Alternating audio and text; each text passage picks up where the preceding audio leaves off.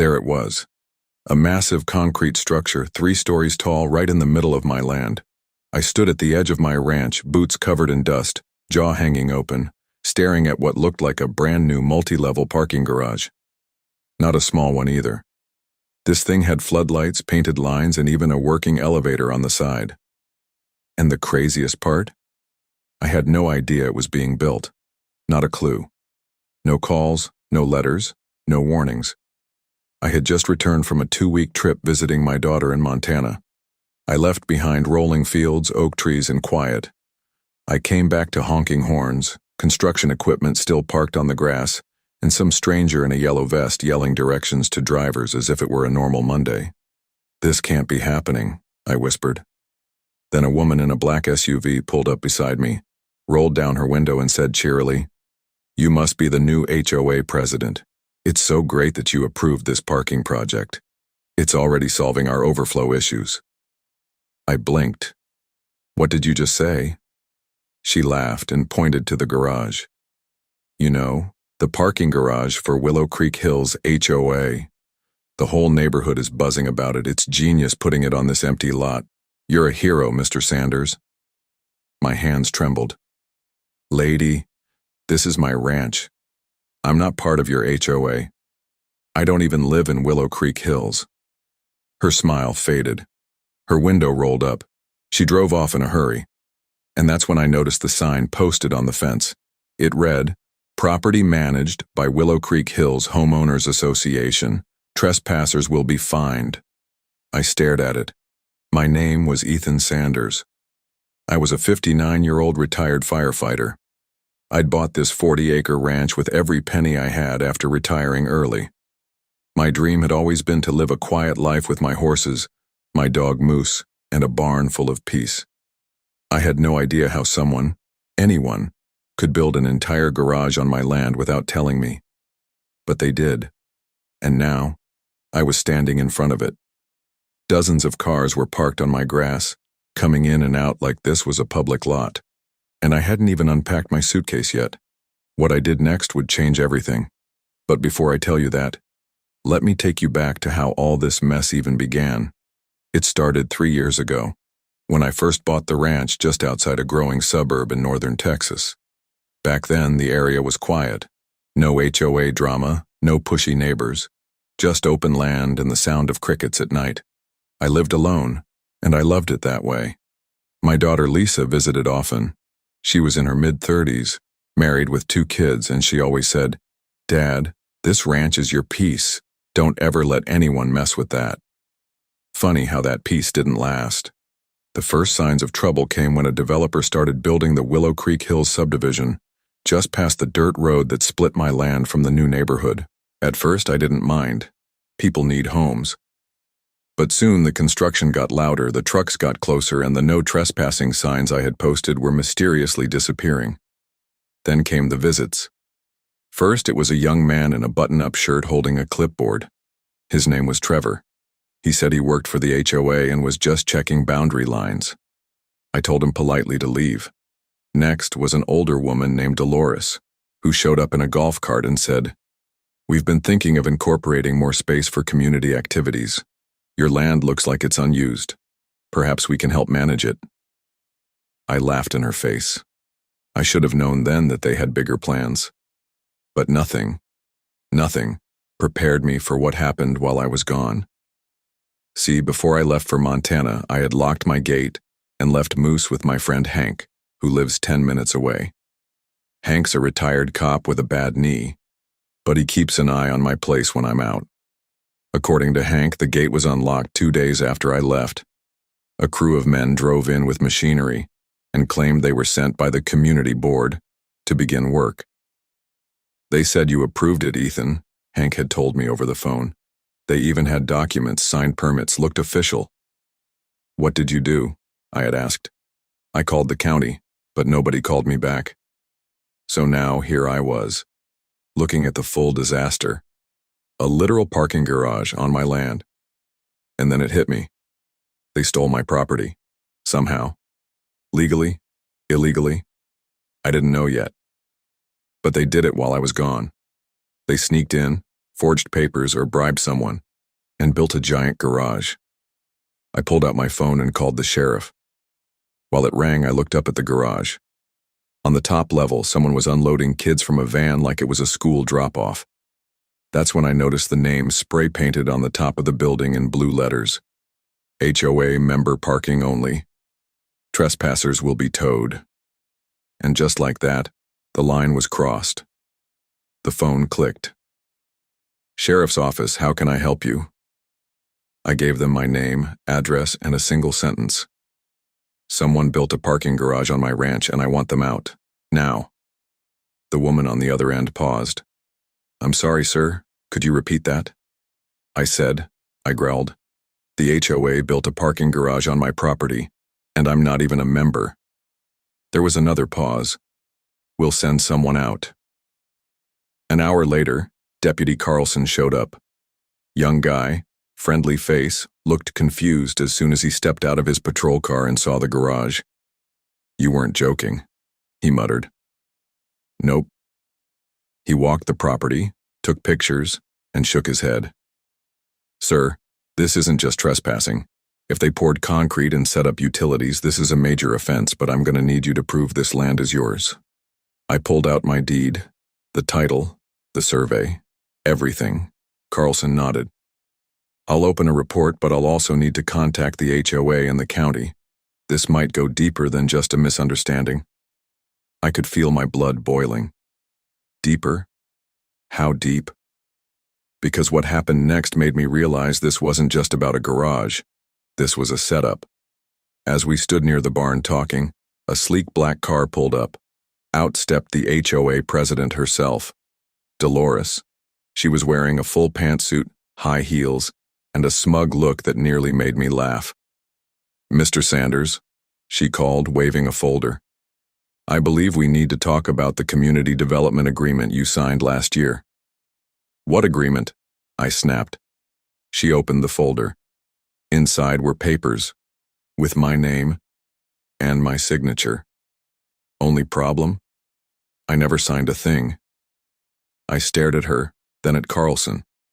The deputy looked from the paper to me, back and forth. Dolores smiled like she'd already won. And that's when I realized something terrifying. Someone forged my signature, someone used my name, and someone, maybe many people, wanted me to disappear so they could claim this land. I wasn't just in a fight for my property. I was in a fight for everything, and just as I turned to speak, a loud boom echoed from the garage. Screams followed. Deputy Carlson ran forward, yelling into his radio. I spun around and saw smoke rising from the second level of the garage. Someone was trapped inside, and I knew right then this was only the beginning. Where are you watching this story from? Drop it in the comments. We want to hear your city. Flames curled from the second floor of the parking garage. Thick gray smoke billowed into the sky as people ran in all directions, yelling, honking, and waving their arms in panic. I didn't wait for orders. I took off running. Stay back, Deputy Carlson shouted behind me. But I couldn't. My instincts kicked in. I was a firefighter for 30 years. Smoke like that, thick and fast, meant something inside was burning hotter than it should, something electrical maybe. And judging by the screams, someone was still trapped in there. I raced up the concrete ramp 2 levels, passing people who were coughing and gasping. That's when I saw him. A teenage boy, no older than 17, banging on the back window of a locked van.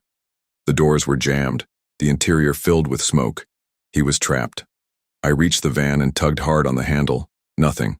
Locked tight. Hang on, kid, I shouted. I looked around, spotted a fire extinguisher mounted on the wall, ripped it free, and smashed it against the glass. The window shattered. I reached in, unlocked the door, and dragged the kid out just as the vehicle burst into small flames beneath the hood. He was coughing, dizzy, scared, but alive. Down below, sirens wailed. The fire department had arrived. Deputy Carlson was waving them toward the garage, his voice crackling through the radio. I helped the boy to the edge of the ramp, then turned to look at the damage.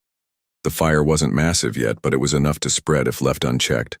The van was destroyed, and other vehicles parked nearby were getting scorched. As I stood there, catching my breath, one question raced through my head.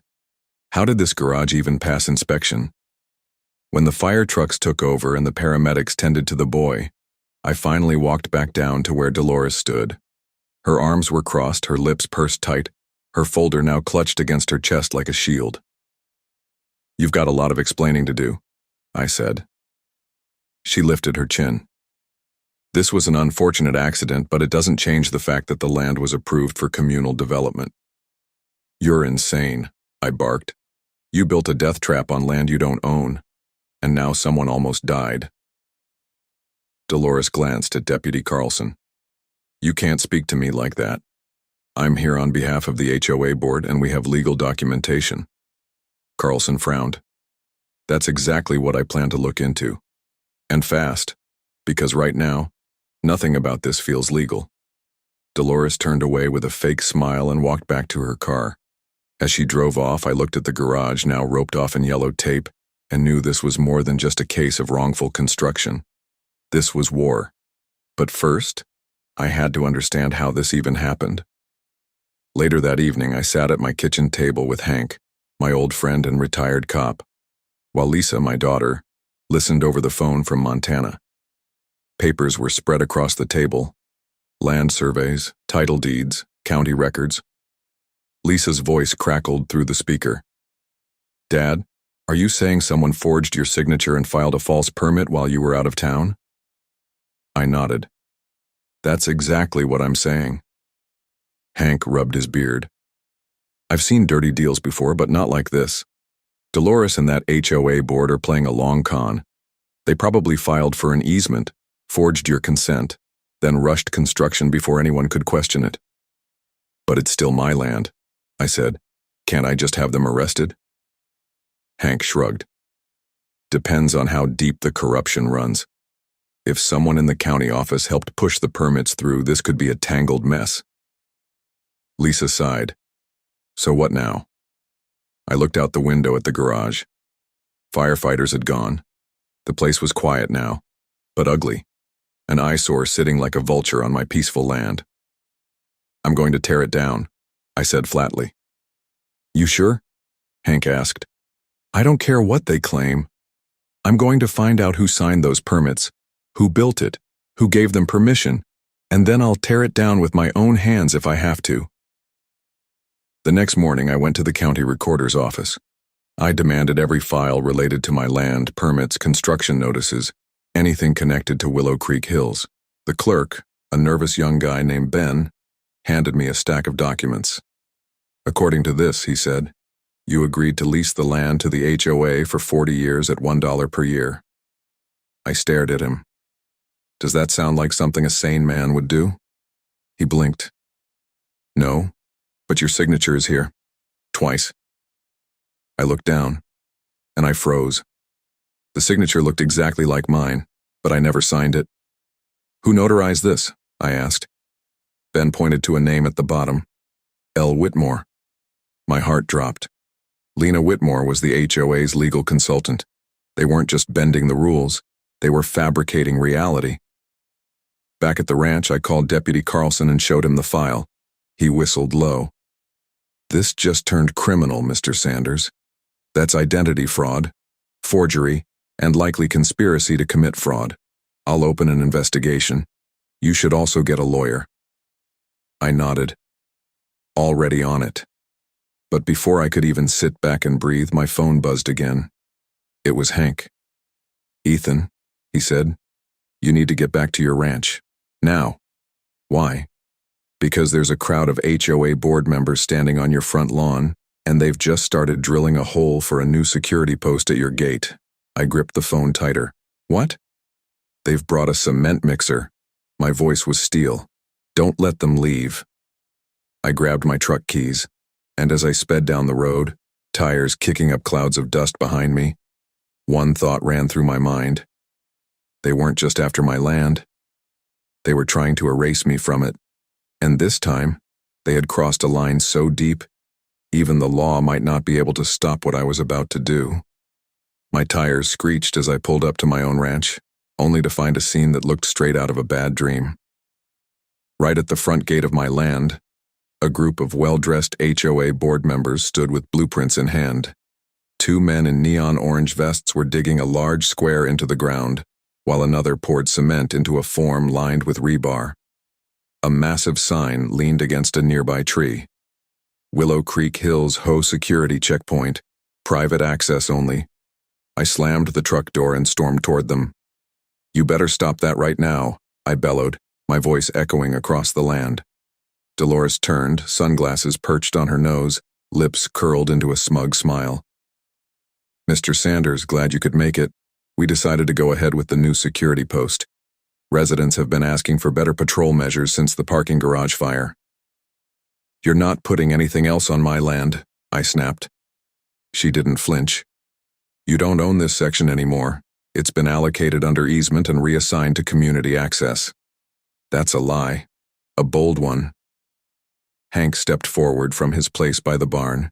He had his arms folded and his phone up, recording everything. "Already sent this footage to my friends on the force," he said. Dolores kept her cool, but her eyes narrowed slightly. "You've got forged documents, fake permits, and now you're building a permanent structure at the entrance of land you don't own," I said. "I'm giving you 2 minutes to pack it all up before I get the sheriff, the news, and my lawyer down here." A nervous man in a vest looked at Dolores. "Ma'am, if this is a property dispute, we might want to wait for—" "No," she cut him off. "Finish the post." He hesitated. "Keep pouring," she growled. That was it. I took out my phone, scrolled through contacts, and tapped on my attorney, Grayson Clark. He answered on the second ring. "Ethan?" "They're building again. Security checkpoint. Cement's going down as we speak. Get photos, and stop them if you can." "Working on it." Then Carlson's truck came roaring up the drive. The deputy stepped out, eyes wide as he saw the half-built post and Dolores standing there like she owned the earth. He approached. "What's going on now?" "She's trespassing again," I said, "and trying to install private infrastructure on my land." Dolores handed him a copy of her folder again. "We're simply following the approved development plan, deputy." Carlson looked at the papers, then back at her. "These documents are already under investigation. Continuing work on them could land you in deeper trouble.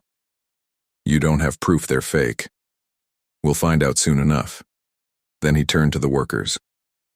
"I'm asking you, as law enforcement, to stop construction until this is resolved legally. Refusing to stop could make you liable as well." The cement truck operator blinked and slowly turned the pump off. The workers backed away. Dolores fumed. "You're making a huge mistake," she hissed. "This land was already repurposed. The board voted. The easement was filed.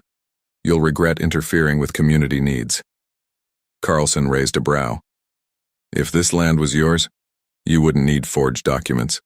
You wouldn't build without notice, and you certainly wouldn't ignore a sheriff's warning." That was when Dolores's phone rang. She stepped away to answer it, lips tight. I took the chance to walk over and snap a dozen photos of everything: cement, rebar, construction materials, her clipboard, even her license plate. Hank kept filming the entire time. Carlson leaned over. "I have a gut feeling this goes way beyond HOA overreach." "So do I said. "You think she bribed someone at the county office?" "Maybe, but bribery leaves a trail. So does forgery." Back inside, I called Grayson and sent all the images. He told me he'd just filed an emergency motion for a cease and desist and would be requesting an injunction to halt all HOA activity on the land until a full investigation was complete. But something still didn't sit right. Why were they so desperate? Why did they need my land so badly when they already had a full neighborhood to manage? That night, Lisa flew in from Montana. She hugged me tight and said, "Dad, this is insane. What if they're hiding something?" We sat at the dining table, going over the documents again. That's when Lisa spotted something odd in the margins of one blueprint. "What's that?" she asked, pointing to a code scrawled in tiny print.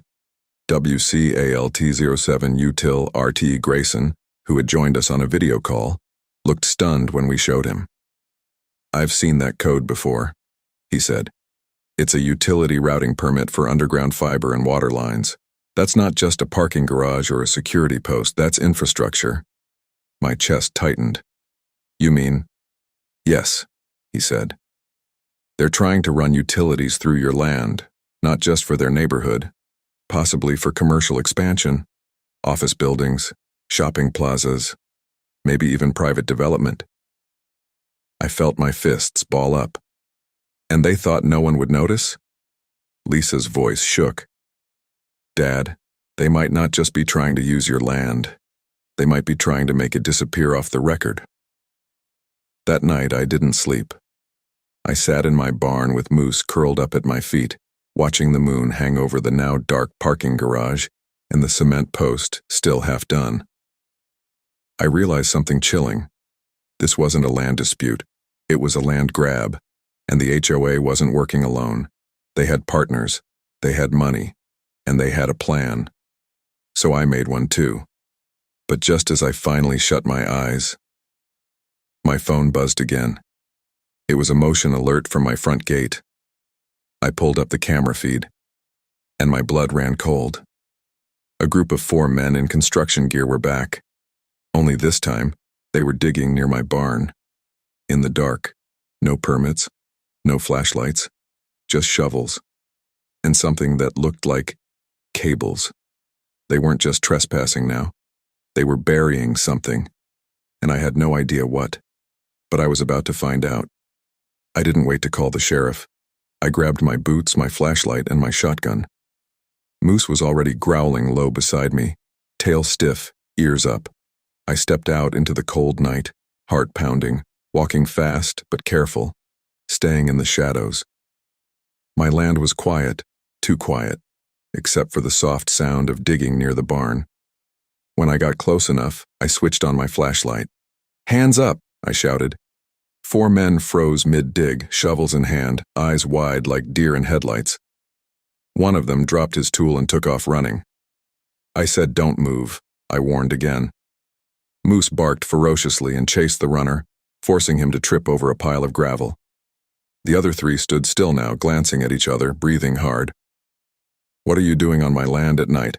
I asked, stepping closer, shotgun low but visible. One of them muttered, "We were told this was HOA project land. Said it was a late-night line check for water mains." "Who told you that?" I snapped. They didn't answer.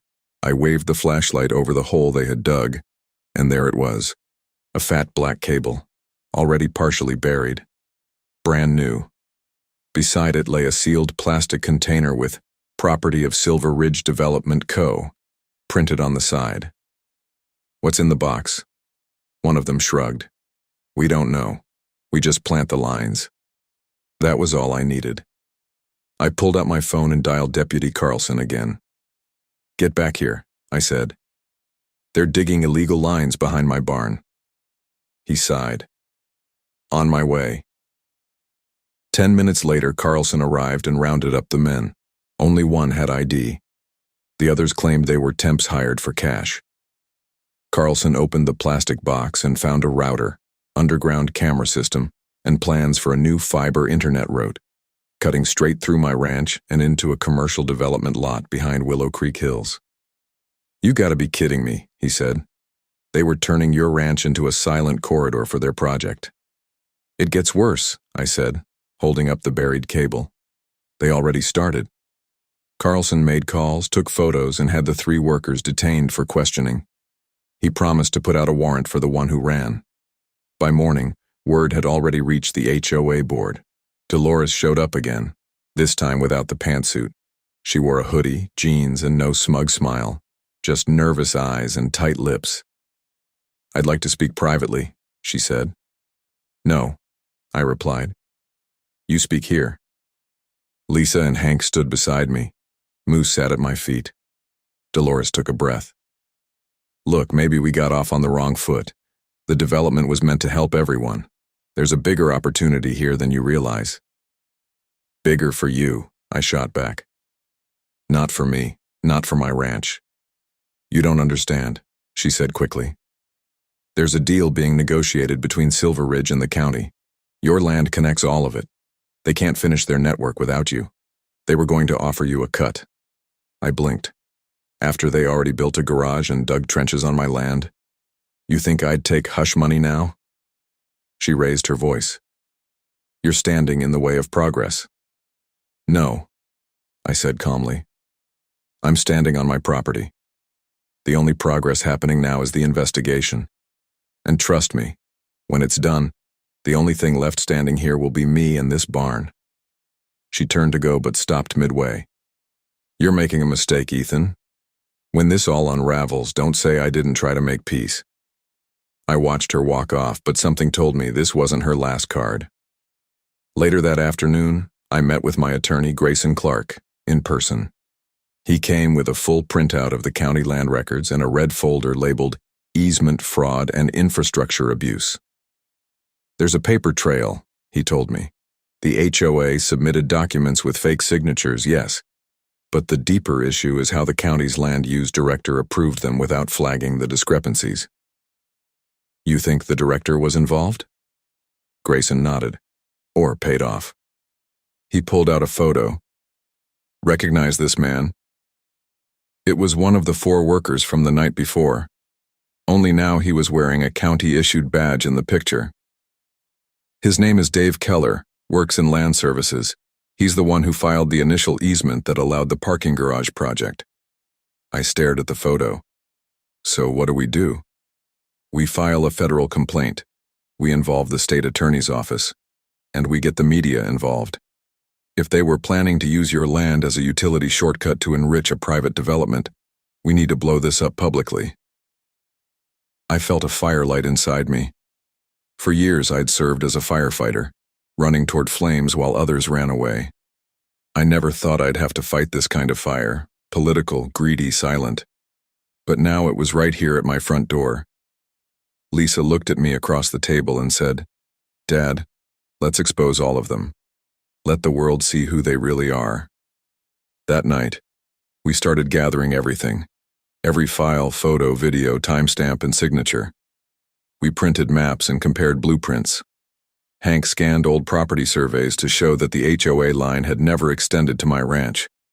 Grayson contacted 2 investigative reporters from Austin who were already sniffing around for stories about land corruption in suburban development. They agreed to come by the next morning. It felt like we were finally getting somewhere. Until the generator cut out. The lights flickered, then died. I walked outside with a flashlight, and what I saw made my stomach turn. My backup solar battery units, 4 of them, were gone. Stolen. And spray-painted across the barn door in thick red letters were the words, "Get out or get buried." I stood in silence, staring at the threat. Hank came up behind me. This just turned criminal real fast. Lisa whispered, Dad? They're trying to scare you off the land. Moose growled low in his throat, his fur rising. They're not just after the land anymore, I said quietly. They're after me. And for the first time in years, I felt something I hadn't in a long time. Fear. But it didn't last long. Because deep down, I knew something else. You don't mess with a man who's already lost everything once and fought like hell to rebuild it. And you sure as hell don't threaten a firefighter on his own ground. It was time to strike back. But before I could even lock up the barn, a bright set of headlights turned up the drive. Then another. Then another. A full caravan of HOA board members in black SUVs rolled up, blocking the entrance to my property. And stepping out from the lead car was a man in a designer suit I had never seen before. He smiled coldly and said, Mr. Sanders, I'm from Silver Ridge Corporate. We'd like to renegotiate ownership of your ranch and starting tonight. I didn't move. I just stood there, arms crossed, shotgun resting in the crook of my elbow, Moose growling beside me. The man from Silver Ridge looked calm, confident, even arrogant. He walked toward me with the kind of slow swagger you see in movies, flanked by 2 other men in dark coats and earpieces. Behind them, the rest of the HOA board members stood awkwardly near their SUVs, shifting from foot to foot like school kids caught cheating. Mr. Sanders, the man said smoothly, Name's Craig Bellamy. I represent Silver Ridge Corporate. We've been watching this situation unfold and believe it's time we settled things like gentlemen. I narrowed my eyes.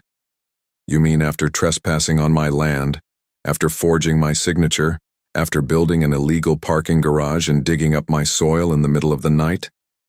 He smiled, completely unfazed. Let's not get lost in details. You're standing in the way of a project that will bring millions to this community. Jobs, homes, infrastructure. And for what? An old barn and a couple of horses? My voice dropped low. This old barn is my life. It's the only thing I've ever truly owned. My wife passed before she could retire here. My grandkids built forts in that barn. My dog was born on this land. You want to talk about numbers? I've got none. You want to talk about value? You're looking at it. Craig's smile finally cracked. He pulled a leather folder from his coat and held it out. This is our final offer, he said. $2 million. Clean deal. You walk away. We make the problems disappear. And you retire anywhere you want. $2 million. It echoed in my ears like a siren. I could have bought a new ranch, paid off Lisa's mortgage, started a scholarship in my wife's name. But I also knew this money came soaked in lies and poison.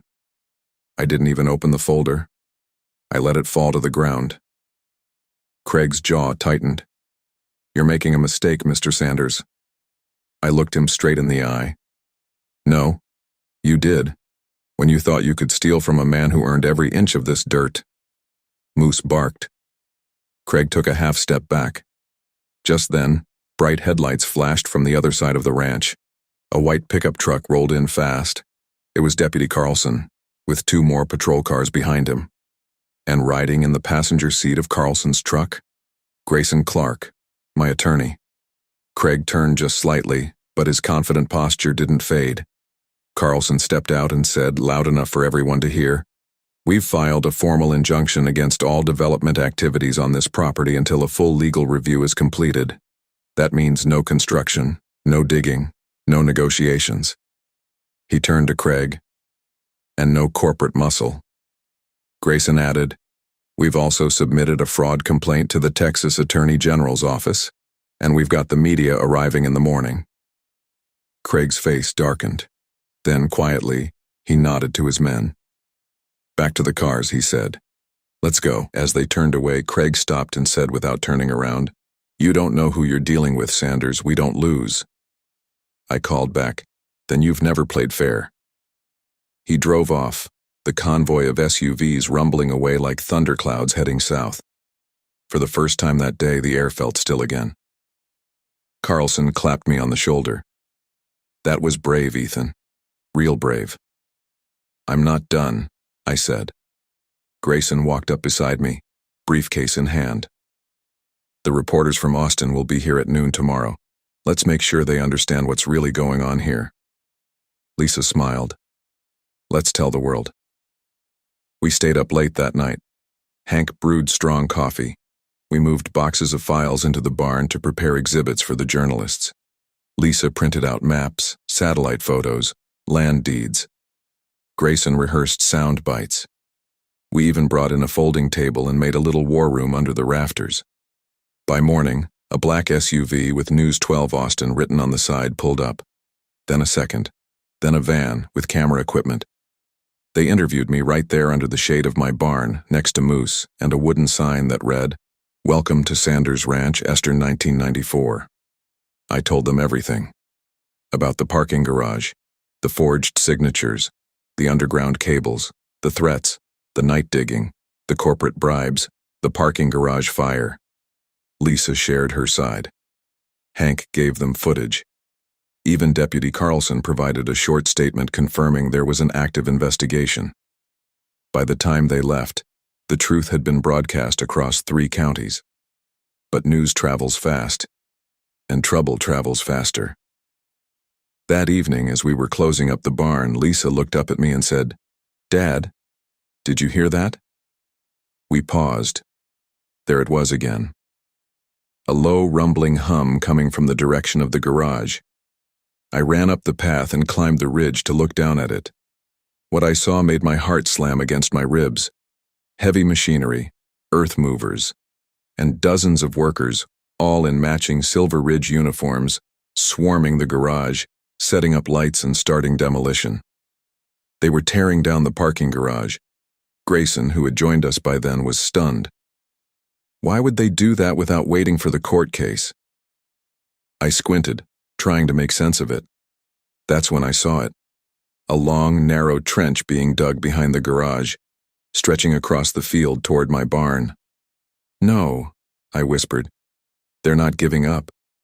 Lisa asked, then what are they doing? Grayson's voice was cold. They're trying to destroy the evidence. They weren't backing off. They were covering their tracks, and if we didn't stop them, they might just erase everything before justice could catch up. I ran back down the hill, yelling for Carlson on the radio, and in that moment I made a vow. If they wanted a war, they just got one. I charged back down the hill, adrenaline burning through my chest like wildfire. My boots hit the dirt hard, each step kicking up dust behind me. I didn't stop. I grabbed the two-way radio off my belt and shouted into it. Carlson, they're demolishing the garage, and they're digging trenches straight toward my barn. Crackling static, then Carlson's voice. I'm 5 minutes out. Don't confront them alone, Ethan. But it was too late.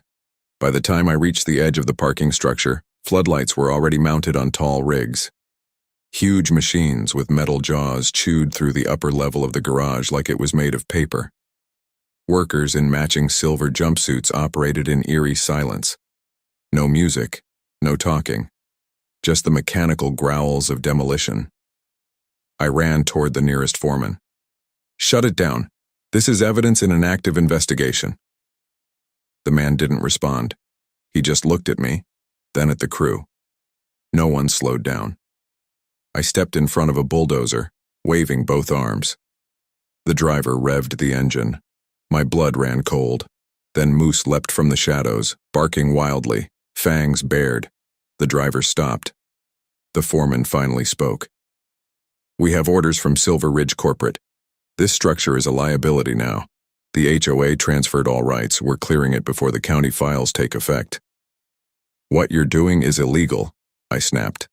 The courts haven't even made a ruling. That garage is proof of trespassing, forgery, and fraud. He looked at me with blank, corporate eyes. Talk to our lawyers. You'll be talking to the sheriff, I said.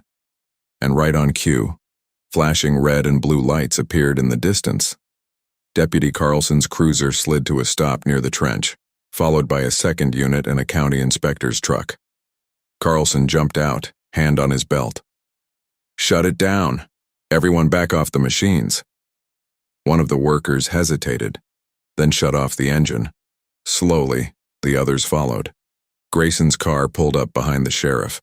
He stepped out with a rolled court order. This is a temporary injunction signed this morning, he said, voice raised for all to hear. All activity on Sanders Ranch, including any structure removals or installations, is now under state review. Anyone continuing to work here after this moment will be considered in violation of a court directive. He handed the order to the foreman. Carlson added, That includes you. One wrong move and I'll arrest you for obstruction. Reluctantly, the foreman stepped back. The heavy equipment shut down, one machine at a time, until the field went quiet again, except for the low hum of tension that still hung in the air. I stared down at the partially exposed trench behind the garage. It stretched almost 20 yards toward my barn, stopping at a wooden stake marked with red spray paint. I grabbed a shovel and started digging. What are you doing? Carlson asked. Finding out what they were trying to hide, I said. And after only a few minutes of scraping away dirt, we hit something hard. A thick metal container, with a lock. Carlson knelt beside me, brushing more dirt away. Get bolt cutters. A few minutes later, the lock snapped off. Inside the box were folders, maps, labeled blueprints, a USB drive, and one large document titled Phase 2, Hidden Utility Transfer Approval. Grayson opened the document and swore under his breath. This isn't just about your ranch, Ethan.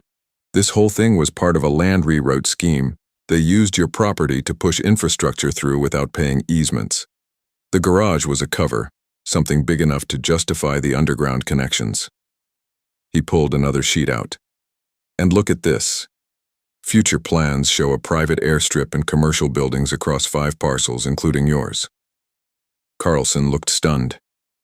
They were trying to build an industrial zone through a residential district? Grayson nodded. And they needed Ethan's land to pull it off without permits. That night, back at the ranch, our barn war room turned into a press center. The reporters returned for interviews. Grayson handed over copies of the evidence to state officials. Carlson filed a full report. The scandal exploded across news outlets. HOA and developers accused of massive land fraud scheme, read one headline. Silver Ridge execs under investigation after ranch owner exposes forgery, said another. Dolores was nowhere to be found. Word spread that she'd resigned and left town. The garage, now half demolished, was fenced off by the county. A state investigator taped off the trench. And me? I finally sat on my porch with Moose beside me, Lisa and Hank nearby watching the sunset. The orange light washed over my land, the barn, the fields, and that awful concrete mess that would soon be gone. Lisa turned to me. Dad, you did it. I shook my head slowly. Not yet. We've got one more battle. She frowned. What do you mean? I held up the last page from the stolen documents. The ink was faded, but the meaning was crystal clear. Emergency transfer option. Full eminent domain recommendation if owner refuses final offer. And right below that, a bold stamped note. To be activated within 24 hours if rancher does not comply. My heart thudded. They were going to try and take my land through the government, not with lies, not with bulldozers, but with the law itself. Tomorrow, and I had one night left to stop them. Morning came too fast. The wind over my fields was sharp, the sky steel gray, and my bones knew something was coming. I hadn't slept. Not a wink. I sat on the porch with a thermos of coffee, and Moose curled at my feet, watching the empty road, waiting. At 7:43 a.m., the first sign appeared. A long, black government SUV with tinted windows rolled slowly down the gravel path leading to my ranch. Behind it, a second vehicle marked with the county seal. I stood up. Hank stepped outside the barn, shotgun slung over his shoulder. Not raised, just resting, like a promise. Lisa came out with her phone already recording.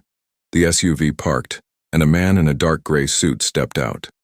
Tall, clean-shaven, with sharp eyes and a black folder clutched in his hand. He didn't smile. "Mr. Ethan Sanders?" he said flatly. "That's me."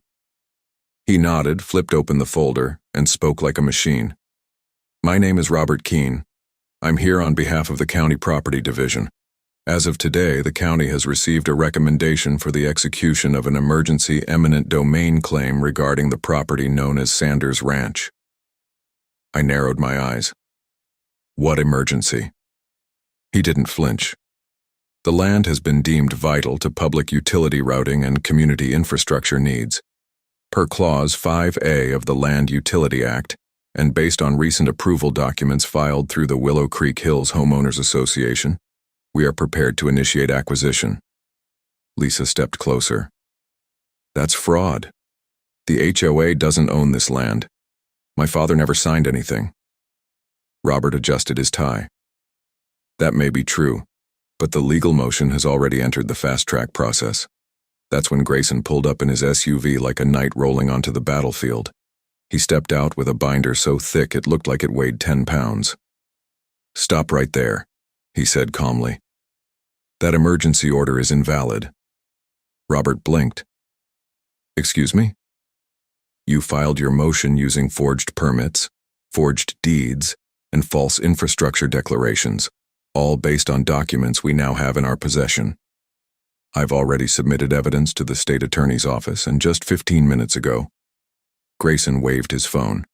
"A court injunction was signed and transmitted to your agency, blocking any acquisition of this land until further review."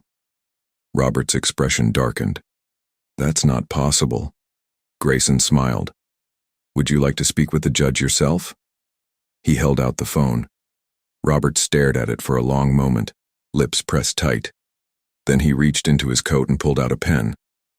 I'll make a note of it, he said stiffly. He turned, walked back to the SUV, and without another word drove away. We stood in stunned silence, watching the county vehicle reverse and follow them out. I felt my knees tremble, not from fear, but from relief. The final storm had passed. Later that day, the state attorney general held a press conference. The fraud investigation into the Willow Creek Hills HOA and Silver Ridge development went public. Names were named. Arrests were made. Dolores was tracked down in a hotel in Arizona. Craig Bellamy, the smooth-talking executive, was handcuffed in front of Silver Ridge's corporate headquarters on live TV. Turns out this wasn't their first rodeo, but it was their last. By the end of the month, the parking garage was fully demolished by county order. The land was restored and the underground cables were removed. I was compensated, not because I asked, but because the court demanded it. A check arrived with 6 figures and a formal apology. I didn't cash it.